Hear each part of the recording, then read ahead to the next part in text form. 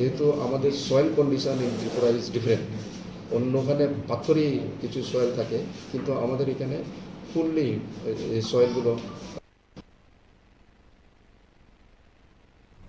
নতুন করে এই জাতীয় সড়ক সংস্কারে সাধারণের কতটা উপকার হয় এখন সেটাই দেখার।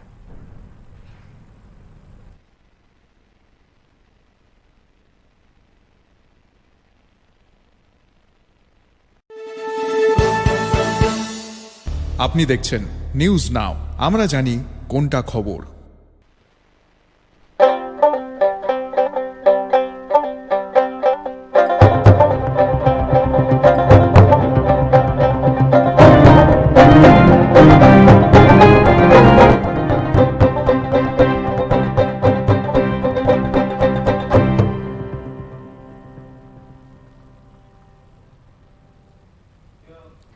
নমস্কার, আপনারা দেখছেন নিউজ নাও, আপনাদের সঙ্গে রয়েছে আমি সহেলি। শুরু করছি রাত 10টার সংবাদ। তবে প্রথমেই চোখ রাখবো সংবাদ শিরোনামে।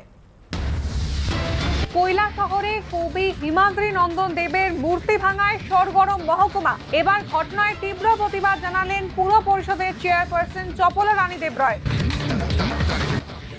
অতঃপর গৃহবধূ খুনে গ্রেফতার স্বামী, নির্দিষ্ট ধারায় মামলা নিয়ে শুরু হয়েছে তদন্ত।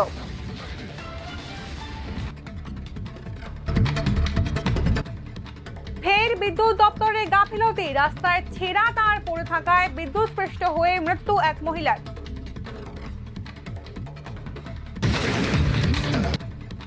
শাসক দলের গোষ্ঠী কোন্দলে উত্তপ্ত তেলিয়ামুড়া মহকুমা। বিজেপি কর্মী আক্রান্তের ঘটনায় উপযুক্ত শাস্তির দাবি স্থানীয় মহলে। রাজ্য এবং বঙ্গে শূন্য অবস্থান লাল শিবিরের, কেন্দ্রের রাজনীতিতেও তলানিতে সিপিএম।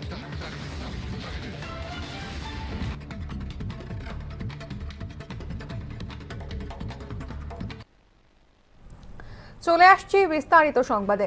বৃহস্পতিবার কাঁজিরগাঁও এলাকায় কবি হিমাদ্রি নন্দন দেবের আবক্ষ মূর্তি ভাঙচুর করে কিছু দুষ্কৃতী। এবার কৈলাসহর পুর পরিষদের চেয়ারপারসন চপলা রানী দেবরায় ঘটনার তীব্র প্রতিবাদ জানিয়েছেন। কৈলাসহর পুর পরিষদের 6 নম্বর ওয়ার্ডের কাঁজিরগাঁও এলাকায় প্রয়াত কবি হিমাদ্রি নন্দন দেবের আবক্ষ মূর্তি ভাঙচুরের ঘটনায় কৈলাসহর সহ গোটা রাজ্যের কবি সাহিত্যিক সহ কৈলাসহর পুর পরিষদের চেয়ারপারসন চপলা রানী দেবরায়ও এই ঘটনার তীব্র নিন্দা জানিয়েছেন। ঘটনার সঙ্গে জড়িতদের অবিলম্বে গ্রেফতার করে দৃষ্টান্তমূলক শাস্তির দাবি করেছেন তিনি। উল্লেখ্য, ত্রিপুরা সহ উত্তর পূর্বাঞ্চলের মধ্যে নামজাদা কবি ছিলেন হিমাদ্রি নন্দন দেব। কৈলাসহর শহরের কাজিরগাঁও এলাকার স্থায়ী বাসিন্দা ছিলেন তিনি। বার্ধক্যজনিত কারণে 2010 সালের 1 এপ্রিল তিনি মারা যান। পরবর্তী সময় স্থানীয় যুব সমাজ ক্লাবের উদ্যোগে কাজিরগাঁও এলাকার ট্রাই জাংশনে 2010 সালের 15 অক্টোবর তার আবক্ষ মূর্তি স্থাপন করা হয়। কবির এই আবক্ষ মূর্তি গত 5 এপ্রিল বুধবার গভীর রাতে দুষ্কৃতীরা ভেঙে দেয়। এই খবর সামাজিক মাধ্যমে চাউর হতেই শহরের বিভিন্ন প্রান্তের কবি সাহিত্যিকরা আবক্ষ মূর্তির পাদদেশে এসে তীব্র নিন্দা প্রকাশ করেন। এ ব্যাপারে স্থানীয় কাউন্সিলর তথা কৈলাসহর পুর পরিষদের 6 নম্বর ওয়ার্ডের কাউন্সিলর মোহিতলাল ধরো নিন্দা জানিয়েছিলেন। এ ব্যাপারে 6 জুন বৃহস্পতিবার সন্ধ্যায় ত্রিপুরা সংস্কৃতি সমন্বয় সমিতি কৈলাসহর মহকুমা কমিটির পক্ষ থেকে কৈলাসহর থানার ওসির কাছে একটি ডেপুটেশন জমা দেওয়া হয়। ঘটনায় জড়িতদের অবিলম্বে গ্রেফতারের দাবি জানানো হয়েছে। এত সব প্রতিবাদের মধ্যে নতুন মাত্রা যোগ পেল পুর পরিষদের চেয়ারপারসন চপলা রানী দেবরায়ের প্রতিবাদ। সেটা আমি আজকে গত পরশু দিন আমাদের এখানে কাজিরগাঁও এলাকায় যুব সমাজ থেকে যে হিমাদ্রি দেবের যে মূর্তি বানানো হয়েছিল সেটা সম্বন্ধে আমি পত্রপত্রিকায়ও দেখেছি, এমনকি নিউজ চ্যানেলও দেখেছি। সত্যি এটা আমার কাছে খুবই আমি ব্যক্তিগতভাবে আমি বলছি যেটা এটা ভাবা যায় না। উনি একজন সাংবাদিক সাহিত্যিক ছিলেন। আমার যে স্বর্গীয় সন্তোষ দেবাই আমার হাজবেন্ড ছিলেন, তিনিও ওনার সাথে অঙ্গাঙ্গিভাবে জড়িত ছিলেন। আমি এই যে একটা ঘটনাটাকে আমি খুবই নিন্দা জানাই এবং যারা এই কাজ করছে আমি সেই দুষ্কৃতীদের আমি বলবো প্রশাসন থেকে যাতে তাদেরকে শাস্তি দেওয়া হয় এবং যেভাবেই হোক এটার একটা যে কারা করেছে বা কীভাবে করছে সেই দুষ্কৃতীকে খুঁজে বের করা প্রশাসনের কাছে অনুরোধ রাখবো। এবং আমি এটাও বলবো যে ওনার যে মূর্তি বানানো হয়েছিল অনেক দিন হয়েছে, হয়তো এটা 2010-এ বানানো হয়েছে, 11-তে ওনার চপলা রানী দেবরায় প্রকাশ্যে জানিয়েছেন যে প্রয়াত কবি হিমাদ্রি নন্দন দেব সবার কাছে অতি পরিচিত ছিলেন। এই মূর্তি ভাঙচুরের ঘটনায় যে বা যারা জড়িত তাদের অবিলম্বে পাকড়াও করে শাস্তি দিতে হবে। কৈলাসহর থেকে দেবাশিস দত্তের রিপোর্ট, নিউজ নাও। রাহুলের হাতে কংগ্রেসের পুনরুত্থান হলেও অব্যাহত বাম বিপর্যয়। প্রশ্ন উঠছে, তবে কি জাতীয় রাজনীতিতে প্রাসঙ্গিকতা হারাচ্ছে সিপিএম?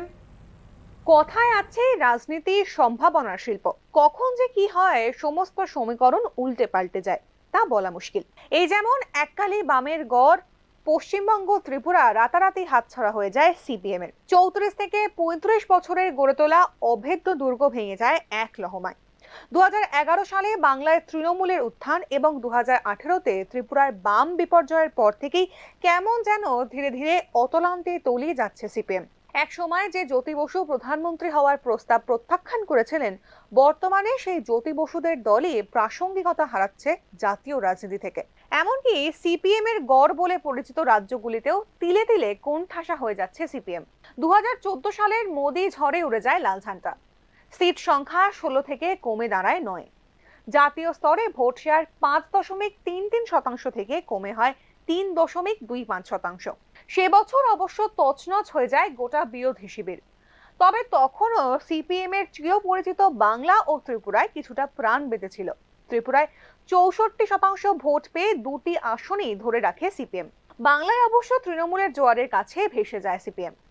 29.71% ভোট পেয়ে মাত্র 2টি আসন জেতে বাংলায়। এরপর থেকে আর ঘুরে দাঁড়াতে পারেনি বিমান বসু মানিক সরকারদের দল, যার প্রতিফলন দেখা যায় 2019-এর নির্বাচনেও। একতরফা সংখ্যাগরিষ্ঠতা পায় মোদির নেতৃত্বাধীন বিজেপি। চুরমার হয় বিরোধী শিবির। কংগ্রেস পায় 19.46% ভোট।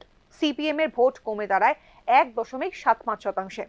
লোকসভায় মাত্র 3 জন সাংসদ পাঠাতে পারে সিপিএম। অন্যদিকে বাংলা ও ত্রিপুরাতে সংখ্যা গিয়ে ঠেকে শূন্যতে। বাংলায় ভোটের শেয়ার 6.28%, ত্রিপুরায় ভোটের শেয়ার কমে হয় 17.31%। 2024 সালে রাহুল গান্ধীর হাত ধরে কংগ্রেসের পুনরুত্থান হয়, তবে কংগ্রেসের কামব্যাক করলেও হাল ফেরেনি লালের। লোকসভায় একটি সিট বাড়লেও বাড়েনি ভোট শেয়ার। 2024 সালে 4টি সিট পেয়ে সিপিএম আটকে আছে 1.7%। জাতীয় স্তরে স্থবির চিত্র হলেও হাল খারাপ হয়েছে বাংলা ও ত্রিপুরায়। শূন্য সিপিএম এর ভোট শেয়ার কমেছে বইকি বাড়েনি। পশ্চিমবঙ্গে ভোট শেয়ার দাঁড়িয়েছে 5.67% এবং ত্রিপুরায় দাঁড়িয়েছে 12.44%। তবে কোথাওই জোটেনি একটি সিটও। উপরন্তু সিপিএম এবং সিপিএম সমর্থিত প্রার্থীরা দুই রাজ্যেই হেরেছেন বিপুল মার্জিনে। ত্রিপুরা পশ্চিমে আশিস সাহা হেরেছেন 6 লক্ষের বেশি ভোটে। ত্রিপুরা পূর্বে রাজেন্দ্র রিয়াং হেরেছেন প্রায় 5 লক্ষের মার্জিনে। ধীরে ধীরে কমতে থাকা সংখ্যাগুলি দেখে রাজনৈতিক বিশ্লেষকরা বলছেন, ধর্মকেন্দ্রিক জাতীয় রাজনীতির আবহে প্রাসঙ্গিকতা হারাচ্ছে সেকুলারিজমের বুলি আওড়ানো সিপিএম। অনেকেই বলছেন, মানুষের সমস্যা জানতে বা মানুষের বিশ্বাস অর্জন করার জন্য মানুষের কাছে পৌঁছতে পারছে না সিপিএম। একাংশের আশঙ্কা, এভাবে হয়তো কালের গর্ভে অন্ধকারে তলিয়ে যাবে লাল। Bureau report, news now. এবার ধর্মনগরে বিদ্যুৎস্পৃষ্ট হয়ে প্রাণ গেল এক মহিলার। বিদ্যুৎ দপ্তরে গাফিলতির অভিযোগ তুলছেন এলাকাবাসী। দাবি, 1 বছর ধরে ছেঁড়া অবস্থায় পড়েছিল বিদ্যুৎ বাহিতার।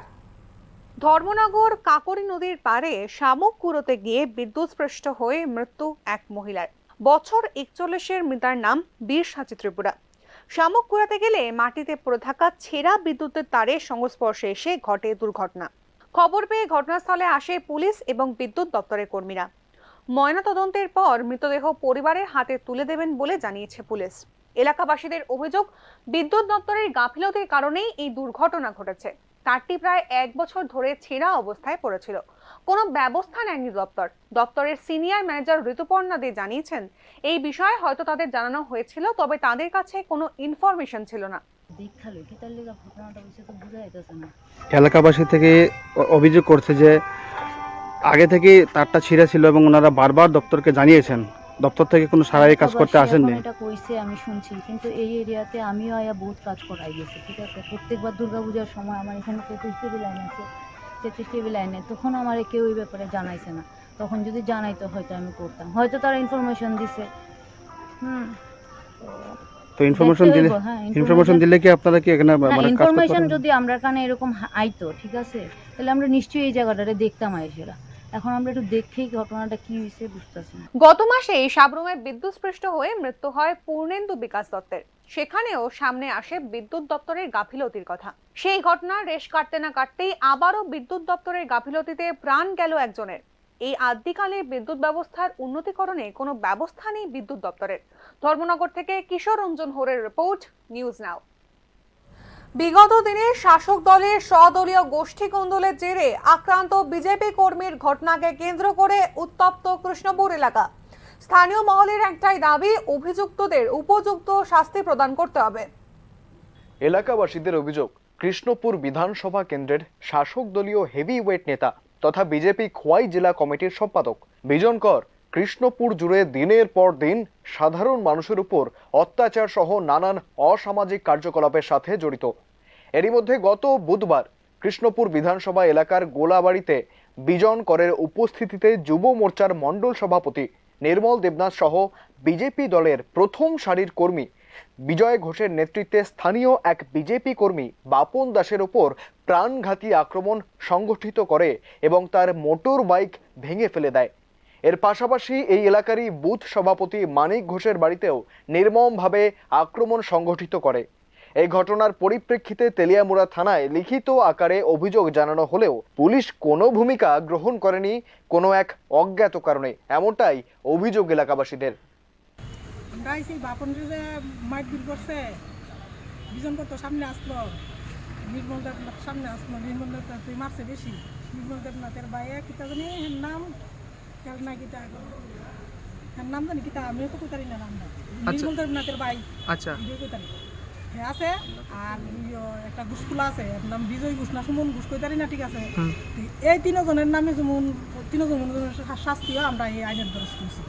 একটা নিরপরাধ ছেলের যে মারধর করছে অতলা ফুলা পানি আর তো আমরা পাড়ার ফুলা পান না, অন্য অন্য পাড়ার থেকে এই গুন্ডা বাহিনী আইন না এর দেখা হয়েছে। কোন এলাকাতে ঘটনাটা হয়েছে? গোলাবাড়ি বাড়িঘর রাস্তার মুখ। কোন বিধানসভা এটা? দক্ষিণ কৃষ্ণপুর বিধানসভা। আচ্ছা, তো এই যে জাতক বিজেপি দলের, আমরা তো বিজেপি করি, আমরা তো তারারে বানাইছি, তারাই তো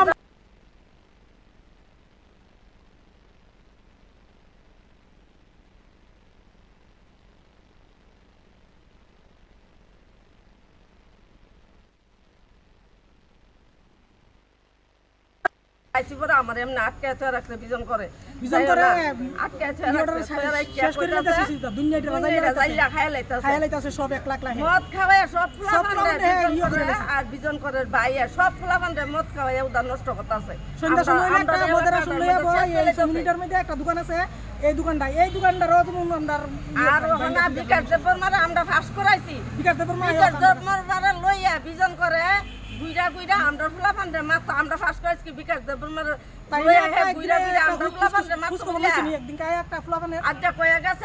নিমাংস করে লাইতো, নিমাংস করতাম। আমার ফুট পাই রাখলাম, আমি ফুট পাইলাম কই, আমার ফুট কেটে দিল না।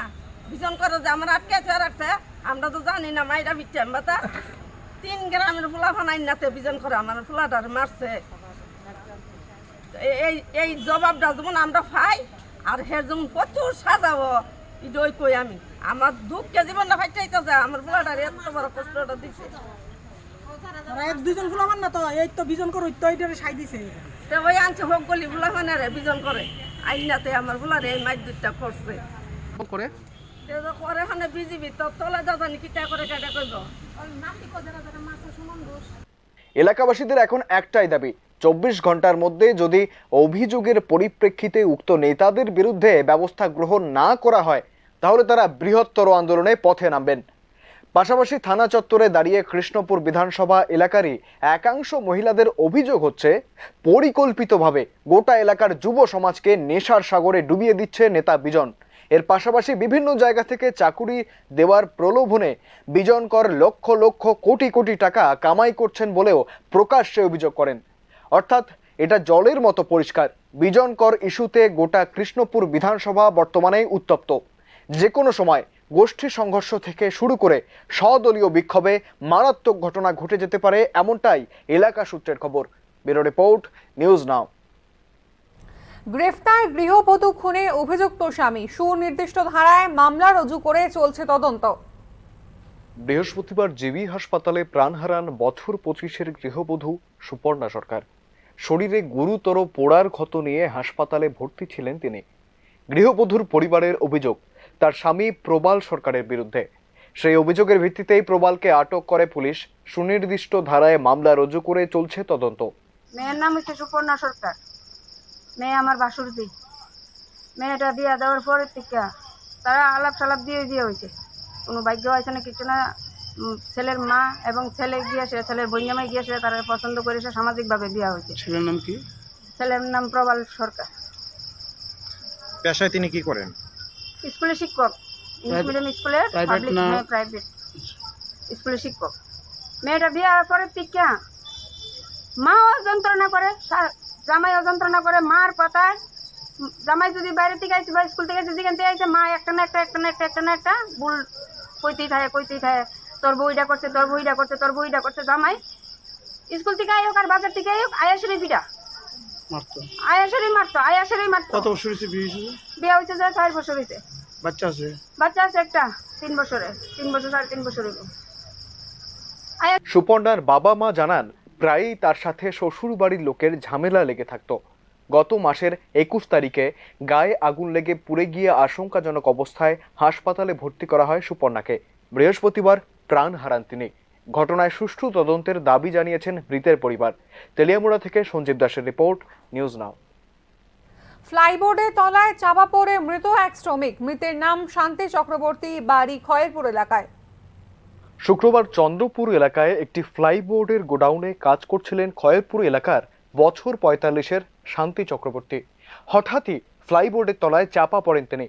খবর দেওয়া হয় দমকল বাহিনীকে। দমকল কর্মীরা তাকে গুরুতর আহত অবস্থায় উদ্ধার করে জিবি হাসপাতালে নিয়ে আসেন। সেখানে চিকিৎসকরা তাকে মৃত বলে ঘোষণা করেন। আমাদের কাছে একটা কল আসে, আমরা এমজি বাজার ফায়ার সার্ভিসে আছি। কল আসে যে চন্দ্রপুর স্ট্যান্ডের এখানে একজন লোক আটকে গেছে, ফাইসে গেছে। তা আমরা উদ্ধার করার লেগে দিয়েছি। আমরা গেছি এখানে, যাই সেটা দিচ্ছি। প্রচুর প্লাইউড আছে, প্লাইউডে চাপা পড়ছে। আমরা তাদের উদ্ধার করে সে যথারীতি জিবি হসপিটালে নিয়ে আসছি। এটা কি কোনো দোকান ছিল? এটা গোডাউন ছিল একটা। কার গোডাউন বা সে বিষয়ে কিছু? এখন তো আমরা সবকিছু নথিপত্র নিতে আসছি, আমরা উদ্ধার কার্য করে এসে আমরা তাড়াতাড়ি জিবিতে নিয়ে আসছি।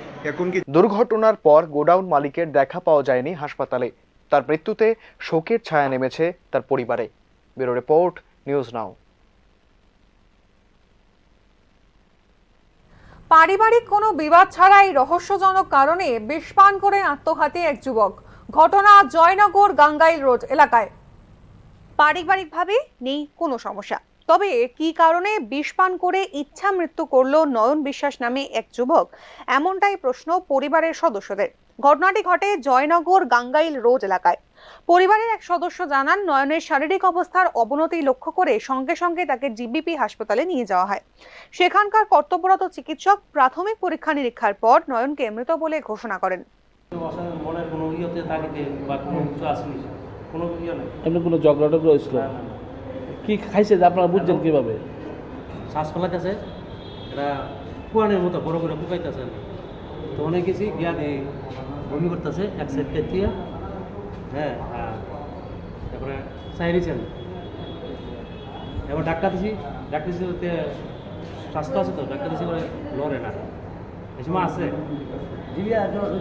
তারপরে তাড়াতাড়ি সবাই অবশ্যই ওড়ার পরে তাড়াতাড়ি হাসপাতাল লইতে গিয়ে তো মানে একটা ফ্যান পরে তো নিয়েছি, গামছা বড় না ছিল তো 3 লিখ করে দিচ্ছি। এমনিতে কি আপনি আপনার সাথে কোনো কোনো পারিবারিক কোনো সমস্যা? পারিবারিক আমি তো আজ 2-3 দিন ধরে বউ নয় বাড়ি করে কোনো সমস্যা। কি নাম ওনার? নয়ন বিশ্বাস। বয়স কত? 24 বছর। বাড়ি কোনখানে? জয়নগর বাঙালি। বিষ খাইছে কবে?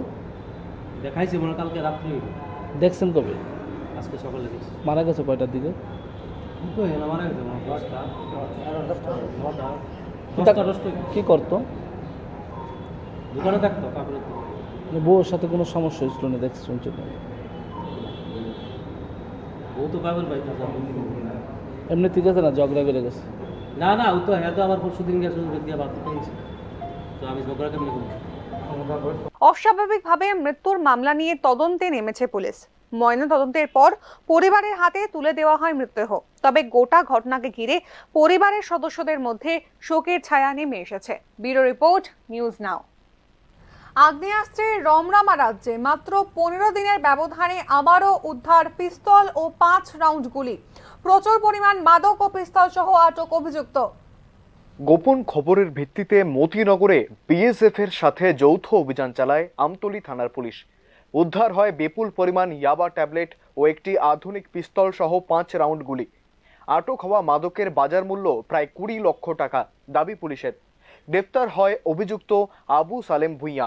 বাংলাদেশের সীমান্ত অঞ্চল থেকে পিস্তল ও মাদক উদ্ধার প্রাথমিকভাবে আন্তর্জাতিক পাচারের দিকেই ইঙ্গিত দিচ্ছে। आज मोदी नगर में एक इन्फॉर्मेशन मिला था कि एक आदमी Abu Salem Bhuiya 59 years son of late Anup Bhuiya, इनका घर में कुछ याबा टैबलेट्स और आर्म्स है ऐसा हमें इन्फॉर्मेशन मिला था। उसके बाद हमने BSF को मदद किया कि बॉर्डर का बहुत नज़दीक है और उसको कॉर्डन करके उसके बाद हमने सर्च किया तो 40,000 याबा टैबलेट्स मिला है। इसके अलावा एक पिस्टल भी मिला है 7.65 कैलिबर का, उसके साथ 5 राउंड भी है और इसका पूरा मार्केट वैल्यू अराउंड 20 लाख। कहाँ से मिला? ये इसका अबू सलेम का घर में मिला है मोती नगर। इनको आपने कब पकड़ा? आज सुबह 5 গত মাসের 24 তারিখ আগরতলা রেল স্টেশনে দুই যুবক যুবতীর কাছ থেকে উদ্ধার হয় একটি অত্যাধুনিক পিস্তল। অস্ত্রের উৎস ও উদ্দেশ্য নিয়ে পুলিশ তদন্ত করছে। রাজ্যে আগ্নেয়াস্ত্রের বারবারন্ত, মাদকের রমরমা, দুষ্কৃতী দৌরাত্ম্য, ভিকি হত্যার মতো ঘটনা সব মিলিয়ে ঝুঁকির মুখে নাগরিক সুরক্ষা। পাশাপাশি প্রশ্ন উঠছে প্রশাসনের ভূমিকা নিয়ে। ব্যুরো রিপোর্ট, নিউজ নাও। নিয়ে নিচ্ছি ছোট্ট একটা বিরতি, সঙ্গে থাকুন। আপনি দেখছেন নিউজ নাও, আমরা জানি কোনটা খবর। আসুন বেছে নিন আপনার মনের মতন অক্ষয় জৌলুসের প্রতীক। 100% এক্সচেঞ্জ মূল্য যে কোনো জুয়েলার্সের হলমার্কযুক্ত পুরনো সোনার গয়নায়। 275 টাকা ছাড় প্রতি গ্রাম সোনার গয়না কেনাকাটায়। 100% ছাড় হীরের গয়নার মজুরিতে। প্রতিটি কেনাকাটায় নিশ্চিত উপহার, ডেইলি লাকি ড্র, স্বর্ণ মুদ্রা, মেগা ড্র, 3টি স্কুটি। পাশাপাশি আছে সোনায় সোহাগা গয়না কেনার বিশেষ ডিসকাউন্ট স্কিম, GSI IGI পরীক্ষিত গ্রহরত্ন, রূপোর মুদ্রা ও রূপোর সামগ্রী। একেবারে সহজ সাধ্য দামে চোখ ধাঁধানো হীরের গয়নার সম্ভার। শ্যাম সুন্দর কোম্পানি জুয়েলার্স, শুভ অক্ষয় তৃতীয়া 30 এপ্রিল থেকে 11 মে 2024। সবার সাদর আমন্ত্রণ। শ্যাম সুন্দর কোম্পানি জুয়েলার্স, কামান চৌমুহনী, ইউকো ব্যাংকের বিপরীতে, আগরতলা। আমরা প্রতিদিনই খোলা আছি।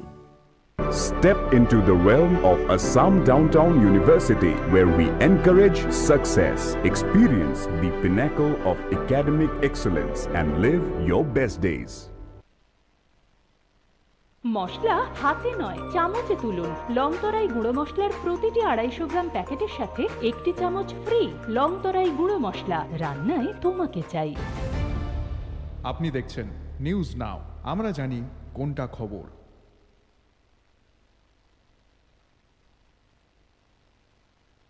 ফিরে এলাম বিরতির পর, আবারও চোখ রাখবো সংবাদে। লোকসভার এই ফলাফল বিজেপির জন্য খুশির খবর নয়। বিরোধী ভোটের প্রভাব বিজেপির এই ফলাফলের কারণ। আগামী দিনে বিকশিত ভারত গড়ার লক্ষ্যে দলকে আরো মজবুত করতে উদ্যোগ নেবে কেন্দ্রীয় নেতৃত্ব। একান্ত সাক্ষাৎকারে জানালেন ত্রিপুরার বিজেপি সাধারণ সম্পাদক ভগবান দাস। শেষ হয়েছে দেশের লোকসভা নির্বাচন এবং তার ফলাফলের পর্ব। এবারের ভোটে লোকসভার ম্যাজিক ফিগার 272 ছোঁয়ার অনেক আগেই থেমেছে নরেন্দ্র মোদীর রথ। সেই জায়গায় ইন্ডির 400 পারের মাইলস্টোন তো বহুদূর। কাজে আসলো না সবকা সাথ সবকা বিকাশের জোরালো স্লোগানও। ফলে সরকার গঠনে এখন মূল ভরসা হয়ে দাঁড়িয়েছে চন্দ্রবাবু নাইডু আর নীতিশ কুমারের দল। আর ভোটের এই ফলাফলে রাষ্ট্রবাদী দল যে একেবারেই খুশি নয় তা আরো স্পষ্ট করে দিলেন ত্রিপুরার বিজেপি সাধারণ সম্পাদক তথা পাবিয়াছড়া বিধানসভার বিধায়ক ভগবান দাস। লোকসভা নির্বাচনের ফলাফলের পর সংবাদ মাধ্যমের মুখোমুখি হলেন তিনি। ভোটের ফলাফল নিয়ে প্রতিক্রিয়া দিয়েছেন ভগবান দাস। একান্ত সাক্ষাৎকারে তিনি নিজেই স্বীকার করেছেন এবারের ফলাফল আশাপ্রদ হয়নি। ইন্ডিয়া জোটের ঝড় যে বিজেপির এই ফলাফলের কারণ তা অকপটেই বুঝিয়ে দিয়েছেন ত্রিপুরার বিজেপি প্রদেশ সাধারণ সম্পাদক। ইন্ডিয়া জোটের এই সক্রিয়তার মাঝেও বিজেপির এই ফলাফল অনেকটাই ভালো বলেও এদিন দলীয় কর্মীদের উজ্জীবিত করতে বার্তা দেন ভগবান দাস। তিনি বলেন, এই জয় গণতন্ত্রের জয়, একে আমরা মাথা পেতে নিলাম। স্বীকার করে নিচ্ছি যে ফলাফল যেটা হয়েছে আশানুরূপ হয়নি, কিন্তু তারপরও ভারতীয় জনতা পার্টি একক সর্ববৃহত্তম দল এই লোকসভা নির্বাচনে আমরা রয়েছি। মোদিজির নেতৃত্বে যে নির্বাচন হলো, এনডিএ আমরা সংখ্যাগরিষ্ঠতা পেয়েছি এবং নিশ্চিতভাবে এনডিএ সরকার গঠন হচ্ছে, এখানে কোনো সন্দেহ নেই। সারা ভারতবর্ষে ভারতীয় জনতা পার্টির রেজাল্ট হয়েছে, সেটা আমরা বলতে পারি যে আজকের দিনে ভারতবর্ষের যে রাজনৈতিক পরিস্থিতি তৈরি হয়েছিল বা ভারতবর্ষের কিছু রাজনৈতিক দল একটা অস্থির পরিবেশ তৈরি করেছিল, সেই জায়গাতে দাঁড়িয়ে যে ফলাফল হয়েছে এটা অত্যন্ত ভালো ফলাফল হয়েছে। ত্রিপুরার দুটি আসনে ভালো ফল করেছে বিজেপি। এখানে বিরোধীদের কোনো অস্তিত্ব নেই বলেও জানান ভগবান। এদিন সর্বভারতীয় ক্ষেত্রে কংগ্রেস দলের প্রাসঙ্গিকতা নিয়েও প্রশ্ন তোলেন তিনি। এবারের ভোটে বিজেপি স্লোগান তুলেছিল 400 পারের, কিন্তু তা করে দেখাতে পারেনি দল।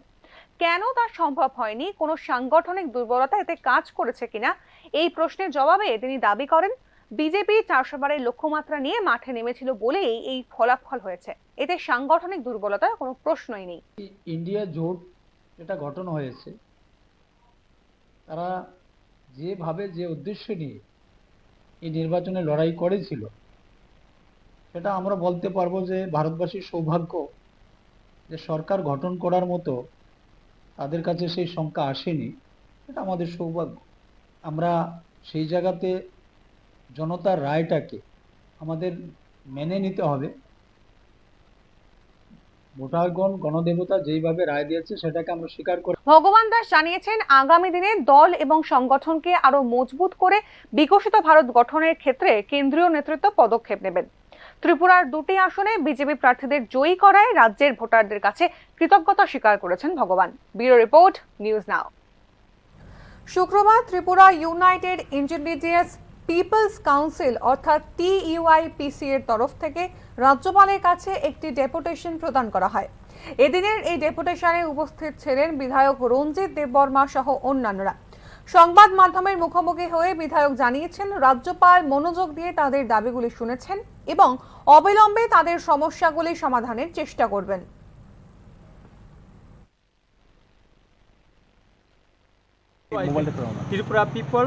Tripura united indigenous peoples front মানে কাউন্সিল আর কি, TUIPC তরফ থেকে আজকে গভর্নরকে আমরা একটা মেমোরেন্ডাম সাবমিট করতে আসছি। আমাদের শিডিউল মতো ঠিক টাইমে 12টায় আমরা এখানে পড়ছি যে 1993 সনে ATTF এর সঙ্গে এবং 1988 সনে TNBর সঙ্গে যে স্বীকৃত হয়েছিল, অনেক যে রাইটেন যে কমিটমেন্ট দিয়েছিল গভর্নমেন্ট, ওইটা ইমপ্লিমেন্ট হয়নি এখনও। এই বিষয়গুলি আমরা আজকে ওনার কাছে তুলে ধরছি। আর সেকেন্ড রইল, যারা সারেন্ডার করছে বিভিন্ন সময় বিভিন্ন এজেন্সির কাছে, BSF, CRPF, আসাম রাইফেল, আর্মির কাছে, তাদের গভর্নমেন্ট আজ পর্যন্ত রিকগনাইজ করেনি এবং তাদেরকে কোনো গভর্নমেন্টের যেটা স্কিম আছে, যে গাইডলাইন আছে, সেভাবে তাদেরকে এখন পর্যন্ত করেনি। গভর্নমেন্ট পরিতা নেশা সামগ্রী বেচাকেনা নিয়ে মতনৈক্য ঘিরে ধারালো অস্ত্রের আঘাতে গুরুতরভাবে আহত এক যুবক। ঘটনা NCC থানার গোয়ালা বস্তি এলাকায়। বেচাকেনা নিয়ে উত্তপ্ত গোয়ালা বস্তি। জানা যায়, বিশাল রায় নামে নেশা কারবারি এক যুবক এলাকায় নেশা সামগ্রী বিক্রি করতে গেলে তাকে বাধা দেয় সুনীল রায় নামের অপর এক যুবক। বাধা দান করাতে বিশাল ক্রোধান্বিত হয়ে ধারালো অস্ত্র দিয়ে আঘাত করে সুনীলকে। ঘটনা NCC থানার নাকের ডগায় গোয়ালা বস্তিতে। আহত যুবক বর্তমানে GBP হাসপাতালে আশঙ্কাজনক অবস্থায় চিকিৎসাধীন। বস্তিতে কথাবার্তা করতে করতে চাকু মেরা ভেঙে গেছিল। কে? বিশাল বিশাল নয়। কে কি কারণে মারছে? কোটা ব্যবসা করে, বাবু কোটা ব্যবসা করে, তো টাকা চেয়েছে আমার ভাই, যে আমার টাকা তুমি নিছো, টাকাটা দিই। হ্যাঁ, এই সিস্টেম ভিতরে টাকা দিচ্ছে না, চাকু মেরা দিয়েছে। যারে মারছে তার নাম কি? আমার ভাইয়ের নাম সুনীল রায়। বয়স কত? 18 বছর। কি করে? এই গরু খাওয়ায় ঘাসটা খান গরু কি দিয়ে গাই দিছে? চাকু দিয়ে। যে মারছে সে এমনিতে কি করে? কোটা ব্যবসা করে। বাড়ি কোনখানে? থানার নাকের ডগায় এ ধরনের ঘটনায় এলাকার স্থানীয়রা স্বাভাবিকভাবেই প্রশ্ন তুলছে আরক্ষা প্রশাসনের দিকে। সামনে দপ্তর থাকা সত্ত্বেও কিভাবে নেশার সাম্রাজ্য চালিয়ে যাচ্ছে নেশা কারবারিরা? কেন কুলু পাঁটা ঊর্ধ্বধারীদের? Bureau report, news now. রাজ্যে লাগাম নেই নেশা পাচার বাণিজ্যে। আবারও চুরাইবাড়ি নাকা পয়েন্টে 50 লক্ষ টাকার গাঁজা উদ্ধার করল পুলিশ। শুক্রবার ভোর 5:30টার দিকে আটক করা হয় গাড়িটিকে। একটি লরি করে গাঁজাগুলি পাচার করার চেষ্টা চালায় চালক। 35টি প্যাকেটে 270 গাঁজা উদ্ধার করা হয় লরিটির সিক্রেট চেম্বার থেকে। গাঁজাগুলির কালোবাজারে মূল্য 50 লক্ষ টাকা হবে। শুক্রবার ভোরে ট্রাফিক আটকে যায় গাড়িটি। তখনই সুযোগ বুঝে গাড়ির চালক পালিয়ে যায়। এখনো পর্যন্ত গাড়ির চালক গ্রেফতার হয়নি। গাড়িটি কোথা থেকে আসছিল বা কোথায় যাচ্ছিল তা তদন্ত সাপেক্ষ বলেই জানিয়েছে পুলিশ।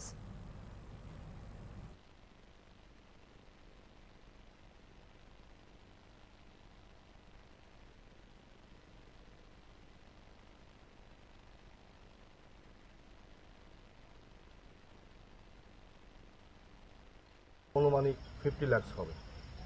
আমরা তো ড্রাইভারটা পালিয়ে গেছে, তো এটা তদন্ত সাপেক্ষ। আমরা চেষ্টা করছি কোত্থেকে এসেছিল বা কোথায় যাবে। তো গাড়িটাতে যেহেতু ড্রাইভারকে আমরা ধরতে পারিনি, পালিয়ে গেছে জ্যামের জ্যামটাকে করে, তো এই মুহূর্তে আমরা বলতে পারছি না, কিন্তু এটা তদন্ত সাপেক্ষ। তদন্ত করে আমরা বলে দেব পরবর্তী। শিক্ষার্থীরা যাতে সঠিক জায়গায় অ্যাডমিশন নিয়ে তাদের ভবিষ্যৎ সুরক্ষিত করতে পারেন, তার জন্য আগামী 8 এবং 9 জুন আগরতলার মেলার মাঠে এগিয়ে চলো সংঘে হতে চলেছে এডুকেশন ফেয়ার 2024। বিকেল 4টা থেকে রাত 9টা পর্যন্ত 11তম এডু হাব অনুষ্ঠিত হবে। এই এডু হাবে দেশ বিদেশের বিভিন্ন এডুকেশন ইনস্টিটিউট, ইউনিভার্সিটির প্রতিনিধিরা উপস্থিত থাকবেন। আমাদের 11th ইয়ার আমাদের এই এডুকেশন ফেয়ার প্রত্যেকবারের মতো এবারও আমরা এগিয়ে চলো সঙ্গে মাঠে অর্গানাইজ করছি। আগামীকাল এবং পরশু 8 এবং 9 জুন বিকাল 4টে থেকে 9টা অবধি 2 দিন চলবে এই ইভেন্ট। অন্যান্যবারের মতো এবারও আমাদের ইভেন্টে 20খানার মতো ইনস্টিটিউট আসছেন, রেপুটেড ইনস্টিটিউট যেগুলি ইন্ডিয়াতে A+ গ্রেডেড আছে। তার মধ্যে যেমন GNIOT আছে, যে নয়ডা থেকে আছে, সপ্তগিরি যে ব্যাঙ্গালোর থেকে আছে, IEM যে কলকাতা থেকে আছেন। তো এমন ধরনের 20খানা কলেজ আমরা আমাদের এখানে এবার পার্টিসিপেট করছেন, যেটা ক্লাস 12 এবং নিট। প্রদীপ প্রজ্বলনের মধ্যে দিয়ে স্বাস্থ্য সচেতনতামূলক আলোচনা এবং বিনামূল্যে স্বাস্থ্য শিবিরের শুভ সূচনা করা হয় আগরতলাস্থিত দেশবন্ধু চিত্তরঞ্জন ক্লাবে। শুক্রবারে আয়োজিত এই স্বাস্থ্য সচেতনতামূলক অনুষ্ঠানে উপস্থিত ছিলেন 9 বনমালীপুর বিধানসভার বিধায়ক গোপাল রায়, দেশবন্ধু চিত্তরঞ্জন ক্লাবের সভাপতি চিত্তরঞ্জন সাহা, আগরতলা ক্লাব ফোরামের চেয়ারম্যান সঞ্জয় পাল, ক্লাব ফোরামের সভাপতি প্রণব সরকার, সাধারণ সম্পাদক Debashis Bhattacharya, cardiac surgeon doctor Kunal Sarkar, cardiology doctor Pranabesh Chakraborty, diabetes doctor Uttiya Gupta. এদিনের এই স্বাস্থ্য শিবিরে সকল রোগীদের বিনামূল্যে স্বাস্থ্য পরিষেবা সহ ঔষধ ও প্রদান করা হয়। আমি একটি কথা বলি, আজকে আপনারা নিমন্ত্রণ করেছেন, আমি ধন্য। আমি চিরকৃতজ্ঞ যে আমাকে কিছু বলার জন্য সুযোগ দিয়েছেন in front of India famous doctor Kunal সরকার।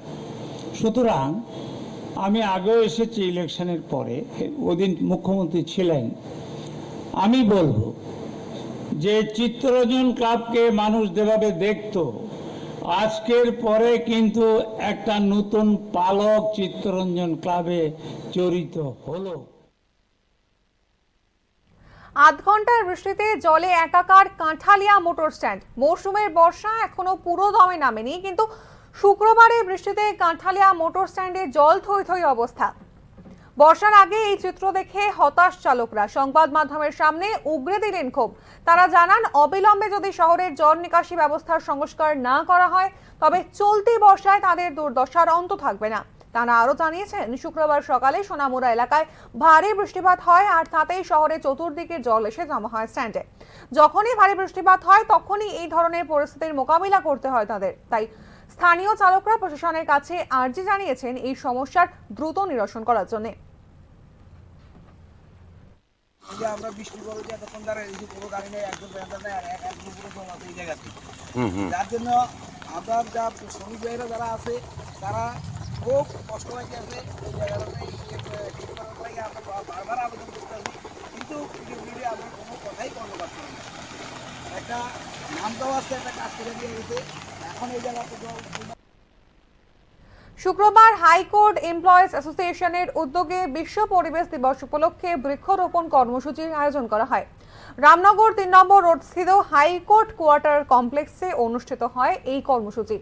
উপস্থিত ছিলেন হাইকোর্টের প্রিন্সিপাল সেক্রেটারি ধীমা দেববর্মা ও হাইকোর্ট এমপ্লয়িজ অ্যাসোসিয়েশনের উত্তম কুমার সাহা, সভাপতি সন্দীপ দে সহ অন্যান্য কার্যকর্তারা।